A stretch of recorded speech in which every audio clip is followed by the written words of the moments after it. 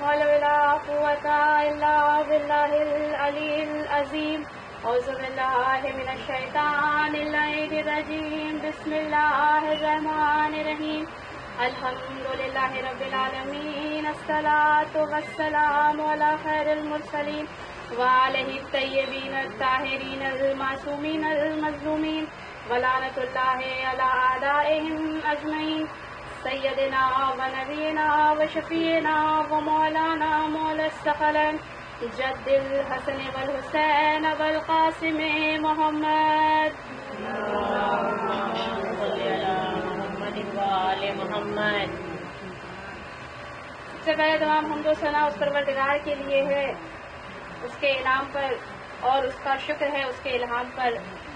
وہ پروردگار عالم قابل حمد و ثنا ہے کہ جس نے انسان کو بے طلب نعمتیں دی ہیں اور مسلسل احسانات کیے، اور پھر پروردگار عالم نے اپنے حمد اور شکر کا مطالبہ کیا ہے. تو ارشاد ہو رہا ہے کہ جس طرح ہم دیکھتے ہیں ہماری سماجی زندگی میں کچھ تعلقات ہوتے ہیں لوگوں سے، کچھ بھائی بہن، کچھ ماں باپ، کچھ رشتہ دار، اور اسی سماجی زندگی میں ایک رشتہ دوستی کا بھی ہوتا ہے جسے اسلام میں بہت زیادہ اہمیت دی گئی ہے کہ دوست بہت زیادہ اہمیت کے حامل ہوتے ہیں.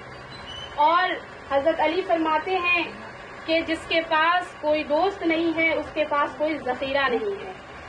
یعنی تم اپنے زندگی میں ایک ایسا دوست ضرور شامل رکھو کہ مصیبت کے وقت میں تم اس سے امداد لے سکو اور اپنی خوشیوں میں اسے شامل کر سکو. دوستی کا مطلب یہ نہیں ہے کہ جو چھوٹے بچے آپس میں گروپ بنا کر کھیلتے ہیں اسے دوستی نہیں کہتے، بزرگوں کے بھی دوست ہوا کرتے ہیں. دوست زیادہ تر ہم عمر ہی ہوا کرتے ہیں. محمد والے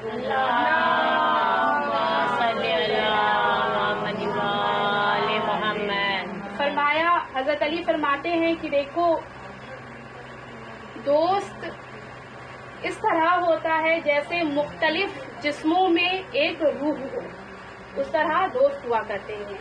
لیکن اس کے ساتھ آپ یہ بھی فرماتے ہیں کہ دیکھو ہر کسی کو دوست نہیں بنا لینا، کیونکہ تمہارے دوست تمہارے اوپر اثر ڈالتے ہیں، تمہاری پہچان کراتے ہیں. کیونکہ ہر انسان ایسوں کے ساتھ تعلق بنانا پسند کرتا ہے جو شخص اسے اچھا لگتا ہے، اور ہم اپنے مزاج کے حساب کے لوگوں کے پاس بیٹھا کرتے ہیں، اپنے برابر کے لوگوں کے پاس بیٹھا کرتے ہیں. اس لیے علی فرماتے ہیں کہ دوست بنانے میں اس بات کا خاص خیال رکھا کرو کہ وہ دیندار ضرور ہو، با ایمان ہو، اور وہ اس کا اخلاق اچھا ہو، اس کا کردار اچھا ہو، کیونکہ تمہارے دوست بہت زیادہ تم پر اثر ڈالتے ہیں. ہر کسی کو دوست نہیں بنا لینا چاہیے. کہ 8ویں امام سے روایت ہے کہ ان کے ایک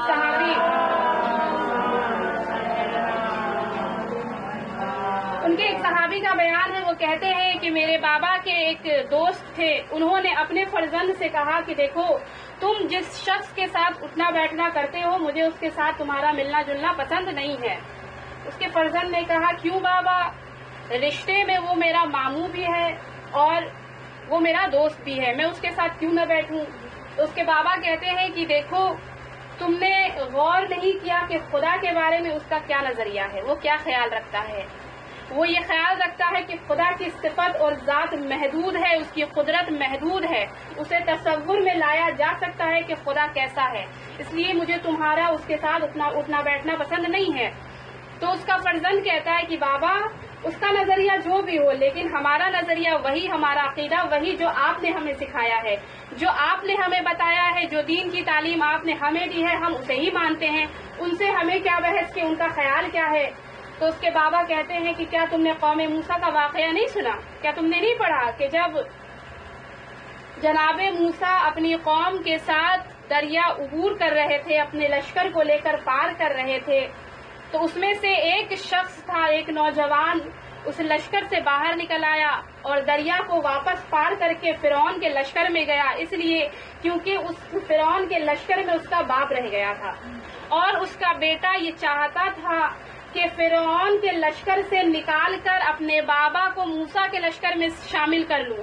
کیونکہ موسیٰ کے لشکر میں فقط صحیح انسان نہیں تھے، غلط انسان بھی اس میں شامل تھے، لیکن پروردگار کہہ رہے کہ ہم تمہیں تمہارے اماموں کے لشکر کے ساتھ بلائیں گے، تمہارے امام کے ساتھ بلائیں گے، تمہارے نبی کے ساتھ بلائیں گے۔ اب تمہارے نبی کے پیچھے پیچھے چاہے اچھا ہو چاہے برا ہو، سب کو نجات مل جائے گی، اور چاہے تم کتنے متقی اور پرہیزگار ہو، اگر تم نے اپنا رہنما ہی غلط چن رکھا ہے تو تمہیں نجات نہیں ملے گی۔ اس لیے اس نے چاہا کہ فرعون کے لشکر سے بابا کو نکال کر موسیٰ کے لشکر میں شامل کر لیں۔ وہ آگے بڑھا، اس نے اپنے بابا سے ہر چند منت کی کہ بابا فرعون کے لشکر سے نکل کر چلے میرے ساتھ، موسیٰ کے لشکر میں شامل ہو جائے، موسیٰ کے دین پر آ جائیں۔ اور اس کا بابا، تم نہیں دیکھتے تھے کہ اس کا بابا فرار اختیار کرتا تھا، اس سے بھاگتا تھا، اس کے ساتھ نہیں آتا تھا، اور اتنا اس نے تاخیر کر دی آنے میں کہ آتے آتے دریا کے کنارے وہ جو راستہ تھا وہ بند ہو گیا اور دونوں غرق ہو گئے، باپ بیٹے دونوں غرق ہو گئے اس دریا کے اندر، جبکہ اس کا فرزند موسیٰ کے دین پر تھا اور اس کا باپ فرعون کے دین پر تھا، پھر بھی دونوں کے دونوں غرق ہو گئے۔ جب جناب موسیٰ اپنے لشکر کو کنارے پہنچا چکے تو جناب جبرائیل آئے، جبرائیل سے پوچھا جناب موسیٰ نے، جبرائیل وہ جو لڑکا، وہ جو شخص دریا میں اپنے باپ کے ہمراہ غرق ہو گیا، اس کی کیا حالت ہے؟ تو جناب جبرائیل کہتے ہیں موسیٰ اللہ اس کے اوپر رحم کرے، وہ آپ کے دین پر تھا، لیکن قرآن میں پروردگار خود کہہ رہا ہے کہ دیکھو جب عذاب الہی نازل ہوتا ہے تو ایسا ہے کہ جب عذاب الہی نازل ہوتی ہے تو صرف گنہگار ہی اس میں نہیں آتے بلکہ بے گناہ بھی اس کے ساتھ لپیٹے چلے جاتے ہیں، یعنی جب عذاب الہی نازل ہوتا ہے تو اچھے انسان رہے یا برے انسان رہے وہ دونوں پہ اثر ڈالتے ہیں اور دونوں کے دونوں غرق ہو جاتے ہیں۔ درود پر محمد۔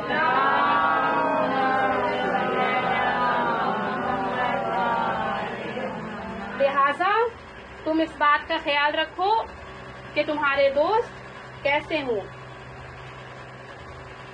یہ کیونکہ تمہارے دوست تمہارے اوپر بہت زیادہ اثر ڈالتے ہیں اور تمہاری پہچان کراتے ہیں، اور دوست زمانے کے دوست، عام انسانوں کے دوست اور ہوا کرتے ہیں اور آل محمد کے گھرانے کے دوست اور ہوا کرتے ہیں۔ بہت مشہور و معروف واقعہ آپ نے سنا حبیب بن مظاہر کا کہ امام حسین کی دعوت کی اور جیسے ہی امام حسین کو قریب آتے دیکھا تو فرس مسرت سے بال خانہ پہ چڑھے اور قدم نیچے رکھ دیا اور زمین پہ گر پڑے حبیب، اور جب حبیب زمین پہ گر پڑے تو روح پرواز کر چکی تھی۔ امام حسین آئے اور کہا کہ میرے بابا، یہ تو نانا، یہ تو آپ کے دوست ہیں، میرے بھی دوست کو بلایا جائے، میں تبھی کھانا نوش فرماؤں گا۔ اب باپ ہے، تعبیر ضبط رہی نہیں، گریہ کرنا شروع کر دیا اور کہا فرزند رسول، حبیب کو آپ کے آنے کی خوشی اتنی تھی کہ زمین اور آسمان میں فرق نہیں سمجھا اور بالے خانہ سے گر کے ان کا انتقال ہو چکا ہے۔ کہا کہ امام حسین کہتے ہیں کہ حسین گھر تشریف لائے، فرزند رسول جس کے گھر تشریف لائے اور استقبال کے لیے اس کا دوست ہی نہ ہو، کیا یہ ممکن ہے؟ حبیب کی میت کو لائی گئی، حسین نے کہا پروردگار تجھے حسین کا واسطہ ہے، اس کی روح کو واپس لوٹا دے۔ جناب حبیب کی روح کو واپس پلٹایا، ساتھ ساتھ حسین نے یہ بھی دعا کی ہوگی کہ پروردگار تو حسین کی خاطر حبیب کی روح کو واپس لوٹا دے، حبیب کی حیات واپس کر دے، کیونکہ یہی وہ حبیب ہوگا جب 9 لاکھ کے لشکر میں تنہا کسی کو مدد کے لیے اگر پکار سکوں تو لبیک کہنے والے یہی حبیب ہوں گے۔ ہاں عزادارو، زہرا کا لال ہر طرف سے گھرا ہوا ہے، کوئی امداد کرنے والا نہیں ہے، اور زینب کی بے چینی بڑھتی جاتی ہے۔ زینب ہر لمحہ یہ کہتی ہیں بھیا کیا ہماری امداد کو کوئی نہیں آئے گا، بھیا کیا ہماری کوئی مدد کرنے والا نہیں ہے۔ مرتبہ زینب کہتی ہے بھیا مجھے یاد آتا ہے کہ جب آپ مدینے کی گلیوں میں جایا کرتے تھے نا بھیا، تو ایک چھوٹا سا بچہ ہوا کرتا تھا جو آپ کے ہمراہ چلا کرتا تھا، وہ آپ کا جو دوست تھا نا بھیا، آپ اسے خط لکھ دیں، ہو سکتا ہے بھیا وہ ہماری مدد کو ضرور آئے گا۔ مرتبہ امام حسین نے خط لکھا تو جناب زینب کہتی ہے بھیا کہ جملہ میری طرف سے بڑھا دینا، کہنا کہ تمہیں فرزند زہرا نے بہت جلد بلایا ہے، اے حبیب آنے میں تاخیر نہیں کرنا۔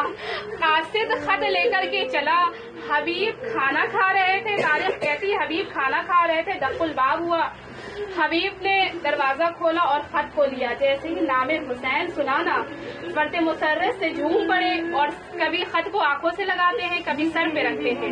لیکن حبیب کے چہرے کا رنگ اڑ گیا جب حبیب نے اس خط کو پڑھنا شروع کیا. روزہ کہتی ہے حبیب میرا دل بیٹھا جاتا ہے, ذرا بتاؤ تو صحیح کہ حسین کہنا کیا چاہتے ہیں. ایک مرتبہ حبیب کہتے ہیں اے مومنہ زہرا کا فرزند ظالموں میں گھرا ہے اور مجھے مدد کے لیے بلاتا ہے. حبیب کی زوجہ کہتی ہے پھر تم کیا چاہتے ہو.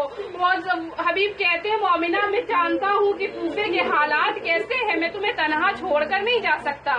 تو زوجہ حبیب کہتی ہے اے حبیب تمہیں میرا خیال ہے, تمہیں فرزند زہرا کا خیال نہیں. کتنی امید سے تمہیں بلایا ہے. حسین کو کتنا یقین ہے تم پر کہ اس مشکل وقت میں کوئی میری مدد کر سکتا ہے تو وہ حبیب ہے. ایک مرتبہ حبیب نے بیوی سے رخصت ہونا چاہتے ہیں, اپنے غلام سے کہتے ہیں کہ جاؤ فلاں مقام پر میرا انتظار کرنا, میں آ رہا ہوں. حبیب نے تاریخ کہتی کہ حبیب کو آنے میں کچھ تاخیر ہو گئی. حبیب نے 2 آوازیں سنی. حبیب کہتے ہیں تاریخ کہتی ہے کہ حبیب نے یہ سنا کہ راہوار کے گلے میں باہیں ڈال کر حبیب کا غلام یہ کہتا ہے راہوار تو پریشان نہیں ہونا, اگر حبیب نہیں آئے نا تو میں تجھ پر سوار ہو کر فرزند زہرا کی امداد کو جاؤں گا. بس اتنا ہی نہیں, تاریخ کہتی ہے دل کہتا ہے کہ صرف اس غلام نے نہیں اس بے زبان نے بھی یہی کہا ہوگا کہ غلام تو پریشان نہیں ہو, اگر تو نہیں گیا نا تو میں چلا جاؤں گا.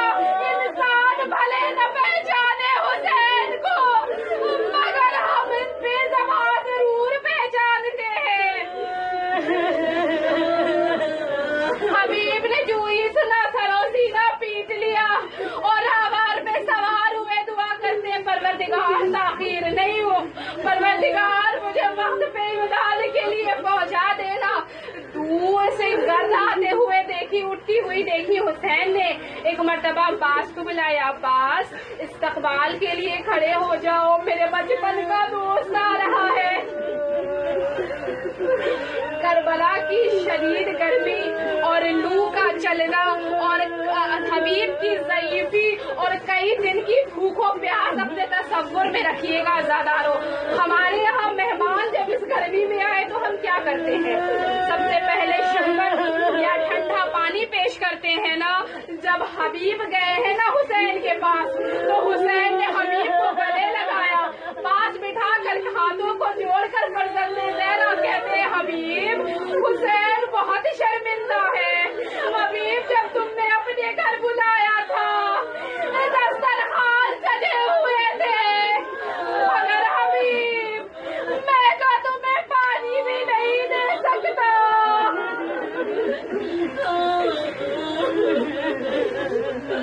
حبیب فرزند زہرا بہت شرمندہ ہے, تمہیں پانی بھی پیش نہیں کر سکتا.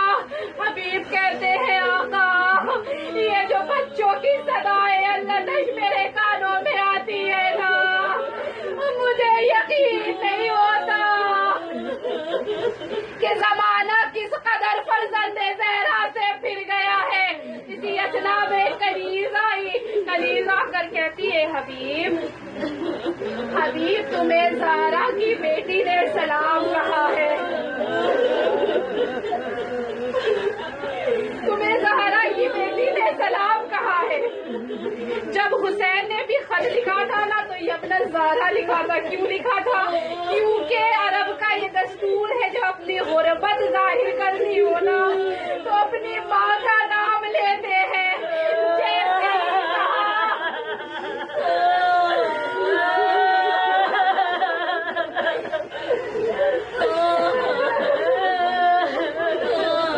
جیسے ہی فضال یہ پیغام پہنچائے نا حبیب تمہیں زہرا کی بیٹی سلام کہتی ہے.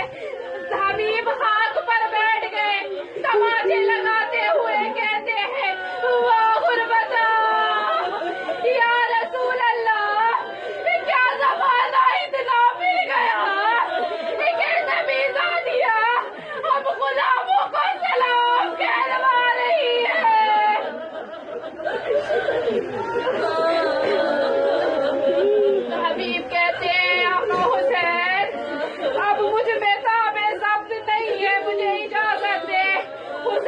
رخصت ہوئے حبیب 80 سال کے ضعیف ہے حبیب، لیکن حسین کی نصرت کے جوش میں ہر ایک قدم پر جمع ہوئے چلے جاتے ہیں، کمر کس لی اور میدان میں چلے جنگ کرتے جاتے ہیں۔